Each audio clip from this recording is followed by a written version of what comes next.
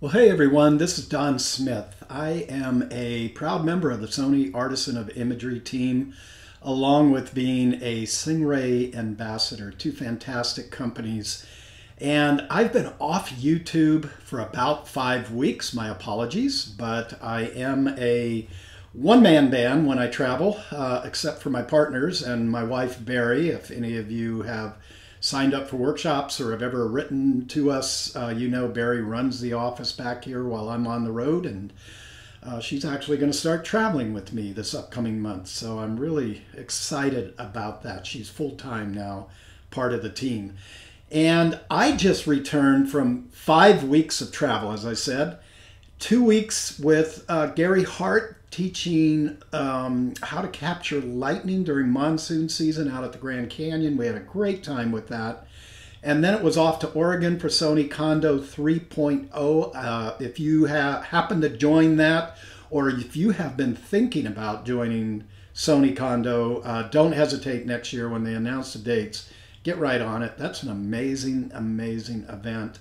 And then it was home for one day and off to Africa, where we started in Zimbabwe at Victoria Falls and then crossed over into Botswana, where we went full bore with safari shooting, both from a boat at Chobe River National Park and also finished up in the Okanagan Delta, and I hope I'm pronouncing that correctly, Savuti. And that is actually still part of Chobe National Park.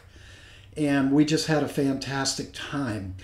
But the coolest thing, and this is awesome, and when I got home, I had over 10,000 images. Basically, my camera was the Sony A9, ripping at 20 frames per second. My Sony 200-600 showed up about 2 days after I departed for London, and it just, I was going to have it shipped, but I just didn't want to risk losing it over there. So I worked with the Sony 100-400G Master and a 1.4x Sony teleconverter. Got me out to a range of 5.6 with an f-stop of f8.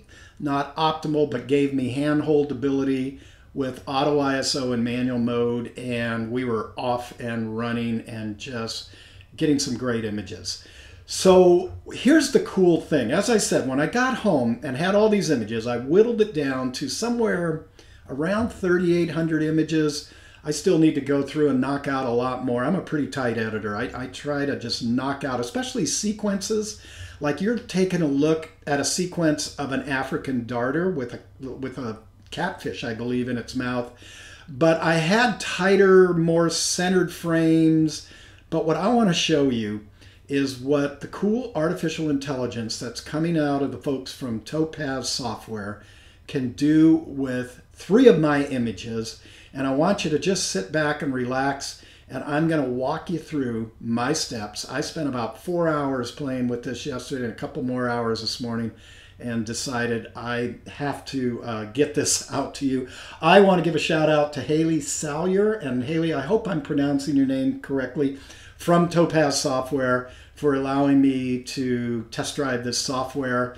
I'm basically flying in auto mode, but it's not complicated software at all.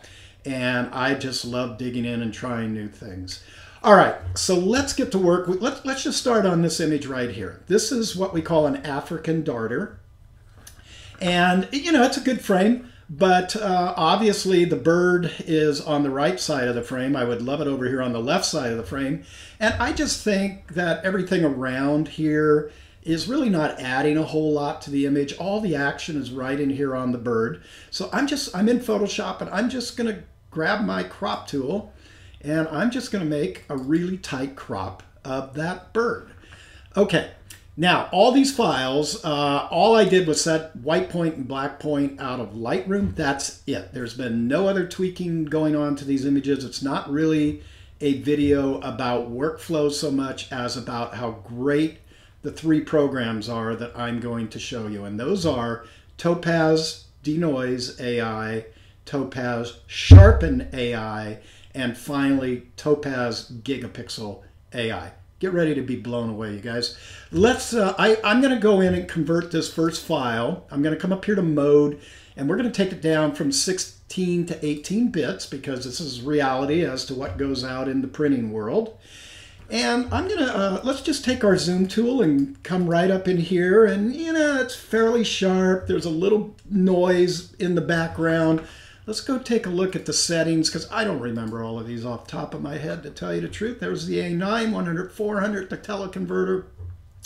So I was racked out to 367 millimeters, a thousandth of a second. Now for bird photography, I should have been more in the 1600 range, but you know, even at that, at f8, which was the widest I could get with that combination, if I would have had the 200/600 with me, I would have got this to 6.3, which would have knocked 2/3 of a stop off of 500, which, or excuse me, would have knocked 2/3 of a stop off the ISO of 1000, which would have put me down to 6400. But, you know, thanks to Topaz, this isn't a worry anymore. I'm going to click OK. And let's just size this back down. The other thing I want to show you before we go to work here, let's come up now that it is an 8-bit TIFF mode, or an 8-bit mode, excuse me. I've only got an 11.4 megabyte file. Well, I can tell you all my images go off. I've been a contributor with Getty Images for years and years and years. I try not to send anything less than a 50 meg file to them. The files are going to get bigger and better and more beautiful, but when you do cropping like this, you're throwing away a lot of the image. Not a problem anymore. Let's come on up here. I'm going to go to Topaz, and we're going to start with Topaz Denoise AI. And I'm just leaving this in the auto mode, okay? And it's going to give me a little preview, and actually that's really good. So I'm going to go ahead and just click apply. What I am finding in working with this software in the limited time that I've worked with it, most of what I'm doing, believe it or not, is in the auto mode. That's how great they've written these algorithms.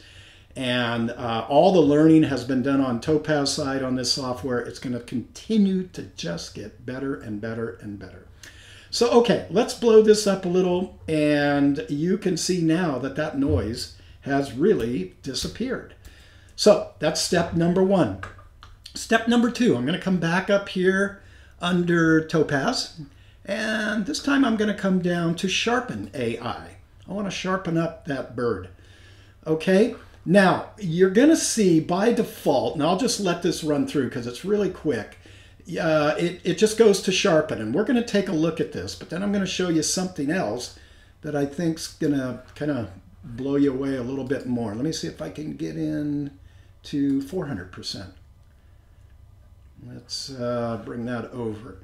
Okay, you know, not bad, but I think it can get better. So I'm going to take this, and I'm going to be coming down to stabilize, which is basically looking for motion. What you have to remember is there's different kinds of things that make your picture look soft. It could just be you kind of back focused or forward focused on something. You were holding the lens and the stabilizer just with your shutter speed wasn't quite enough. Hey, I've been on tripods where the wind's been blowing 75 miles an hour and you're trying to steady everything down. So you guys know if you're out in nature, things are working against you. But this one was kind of a pan. So I'm going to go with stabilize mode. And you're going to see this is going to take a little bit longer to go through. Not much. And wow, what a difference. Okay.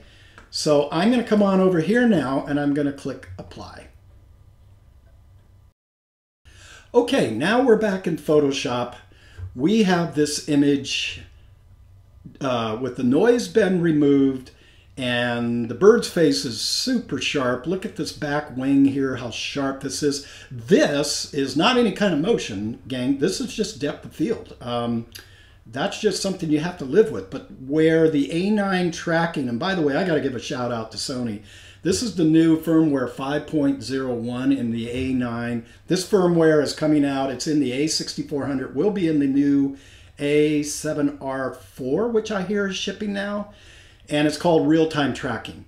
And it's the real deal. You guys are going to be blown away. I've been shooting sports and wildlife for 43 years.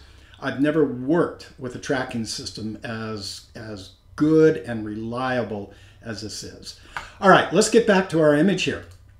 Let's come back, because remember, this was quite a cropped image, and it's only 11.4 megs. So I'm going to go ahead and I'm going to save this file out, and we are going to just save it to the desktop, and we will come back to this step in just a moment, because I want to get over to the other two images that I have waiting here. Let's go for another one here. Leopards in the wild. Wow, they told me that leopards in the wild, you're lucky if you go on a safari and just see a leopard. Well, not only did we see a leopard, we saw 3 leopards and 2 kills. And a kill, I've had a guy tell me he could go his whole life, he or she, with never seeing a kill. And we were, because we were on radio, 3 to 5 minutes late from a kill of an antelope. And then this guy right here, actually, we tracked him for about an hour, and he ended up killing a wildcat. But look at, I just want to start with this. This isn't the greatest picture of the sequence. In fact, I would throw this out probably, but it's a nice picture if I just want a leopard kind of camouflaged up in there. I may leave it full frame, but again, this isn't about showing you context of an image. This is showing you what this software can do. All right, so before I go any further, there's a little bit of cleanup we want to do here. I'm going to grab my lasso tool, L for lasso.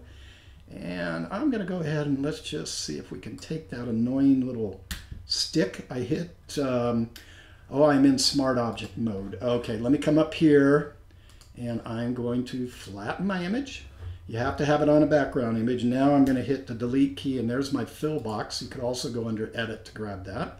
And voila, that's out of there. Let's get this other little annoying branch out of here. I like things clean in my frame, at least as clean as possible. And there we go. Okay, let's go take a peek at what ISO settings I was using here. Again, the 100, 400. These are all going to be with the 1.4 teleconverter. I was racked out full, 560 millimeters. This was handheld. Now, I was only at 1/500th of a second here, FA 1250. This time, I don't think the noise is too objectionable, and that is blown up 400%. So I always just blow things up about 100, 200%. So I'm going to skip denoise this time. In fact, I'm planning a video, and it'll probably be the next 1 or 2 up, where I'm going to look at denoise in depth. I've got a picture of some elephants that was shot at dusk that I absolutely love. And I'm going to do a whole video on that and do some comparison with some other products. I'm going to show you how good Topaz really is. So let's just this time jump right into the Sharpen AI, because Sharpen does have a bit of a noise reduction built in. And you can see automatically it's found some blur or some noise and a little bit of blur.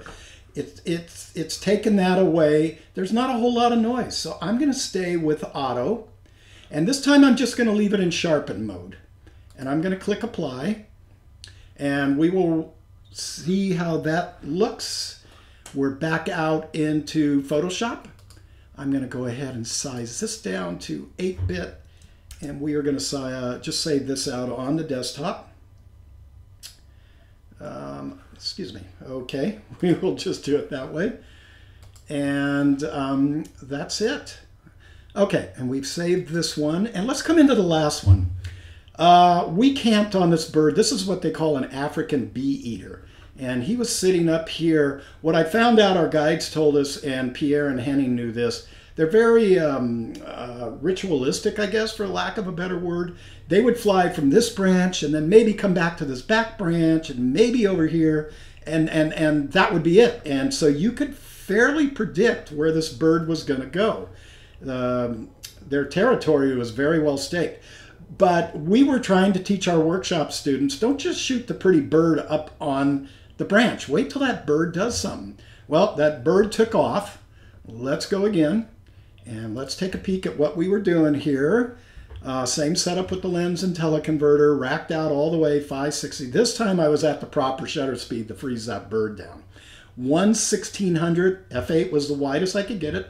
1000 ISO, that's not, but I tell you, for the Sony A9, that's not a very noisy file. But I want to come in just tight on the bee eater itself. let's give it a little, I always want to give it a little room where the animal is flying into. So the animal is flying right to left. So I'm gonna put the 1/3 grid line right across the eyes and right across the body here. And let's go ahead and change the from 16 bits per channel to 8 bits per channel. And we are going to go ahead and we're going to save this out to the desktop also. Okay, and now we're saved. So when you come back, I'm going to take a quick break. I'm going to splice the video here, and then we're going to get into Gigapixel. And I'm going to really blow you away. Oh, one thing we forgot to do here. I forgot to sharpen this picture. So let's come down to Topaz, and let's come down to Sharpen AI.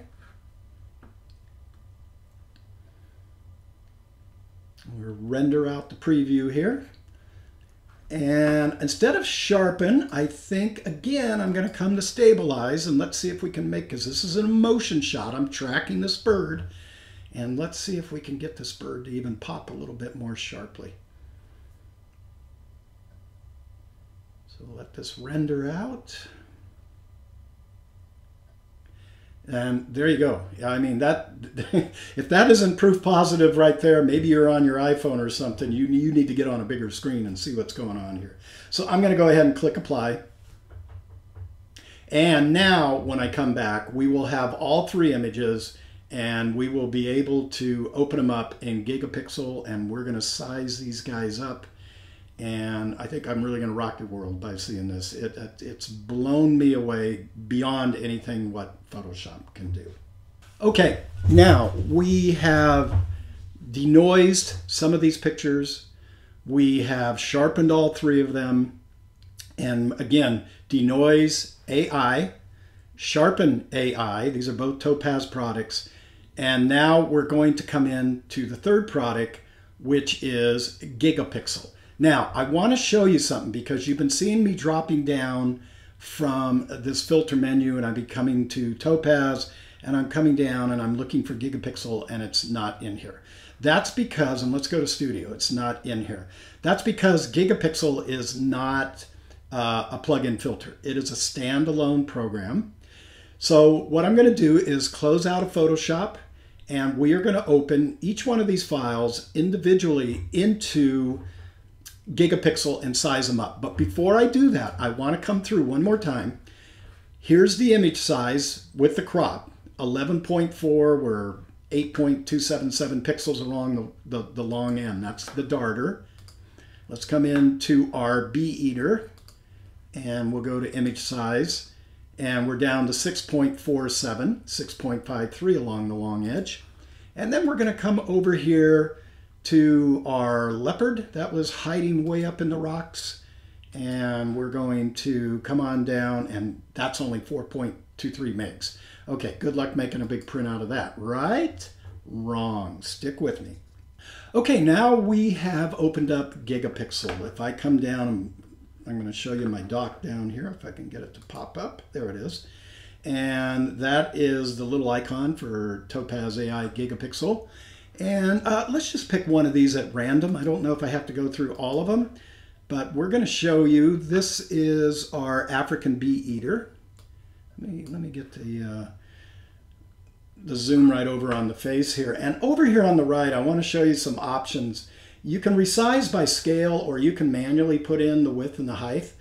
I have actually, the options they've given me, I wanted to get it to about 100 meg file in 8 bits, so I ran some tests. And I needed a scale of 3.0, so I just added that myself. My settings are going to be on auto. My face refinement can just be left on, even though there's not a human face in here. Output, I'm going to save it out to the desktop with the same file name, African bee eater, but underscore output. I'm going to convert it to a file format, and this time I'm going to convert it to a TIFF. And keep the color profile, sure, I want to keep the color profile. And let's click start, and it's going to start churning away. You're going to see the taskbar up here, and you're going to see a percentage. And I will get back to you when this has been rendered.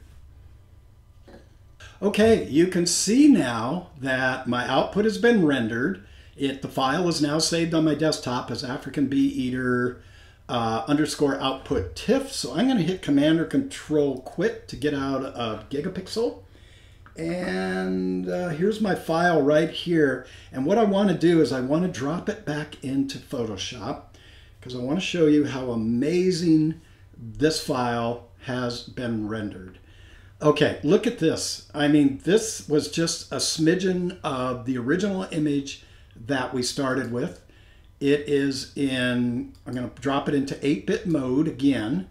And look at the file size now. It's 58.3, which tells me on this image I could have easily went to a scale of 4x or even 5x.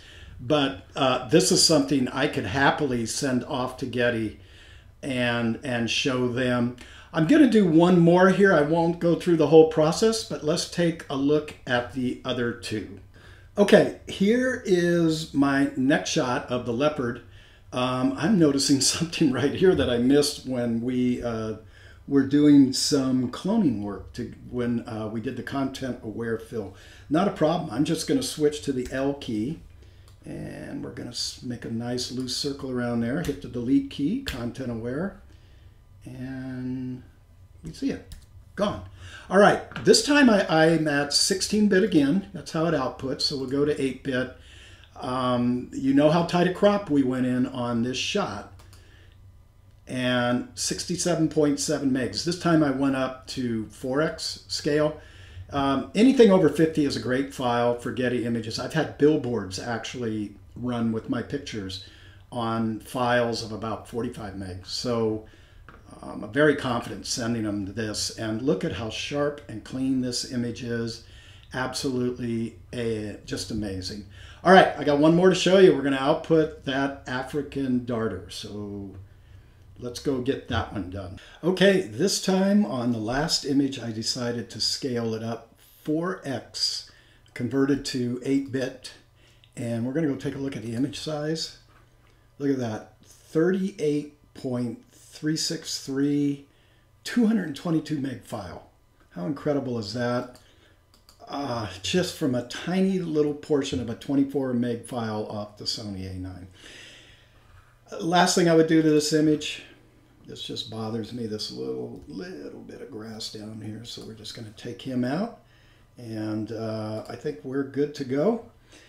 And that's how amazing this new software that's coming out of Topaz really is, gang. I think you ought to give it a try.